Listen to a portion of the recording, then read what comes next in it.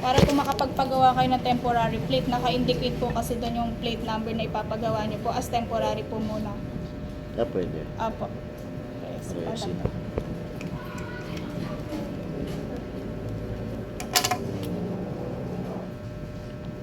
Sir, so kayo po Sir Resi de la Cruz Martin, babayaran ko buwan ng hulog na 6135. Pag na-delay po tayo, mababalik po tayo sa unrebated which is 6135. No, meron pa pong penalty na 4.5%.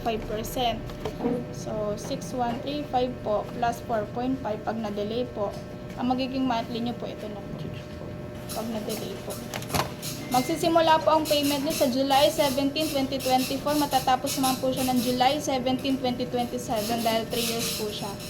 And then, ito pong 130 is a rebate po.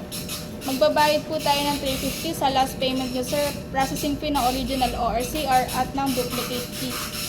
Open po tayo ng 8 a.m. to 3 p.m. from Monday to Saturday. So, lagi po natin tandaan, ang payment po dito at saka po service kay mechanic hanggang 3 p.m. lang po, sir. And then, ang langis po na bibili nyo, nasa taas po, 345 and then gear oil po, 60 pesos. Libre po ang service kay mechanic. Meron po kayong warranty booklet. Langis lang po ang bibilhin nyo. Close po tayo ng Sunday or holiday. So, kung matapat po ng Sunday or holiday si 17, dapat po 15 pa lang po o 16 mag-payment na po.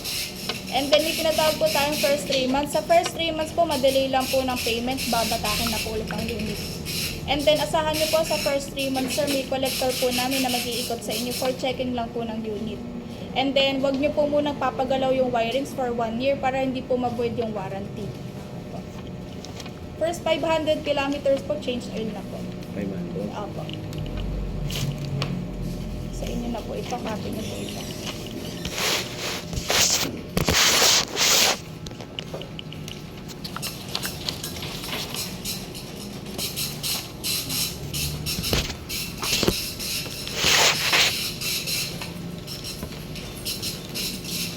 Gawin ko lang sa yung booklet na ng tatawagin po kayo ni cashier pag magpe-payment na po.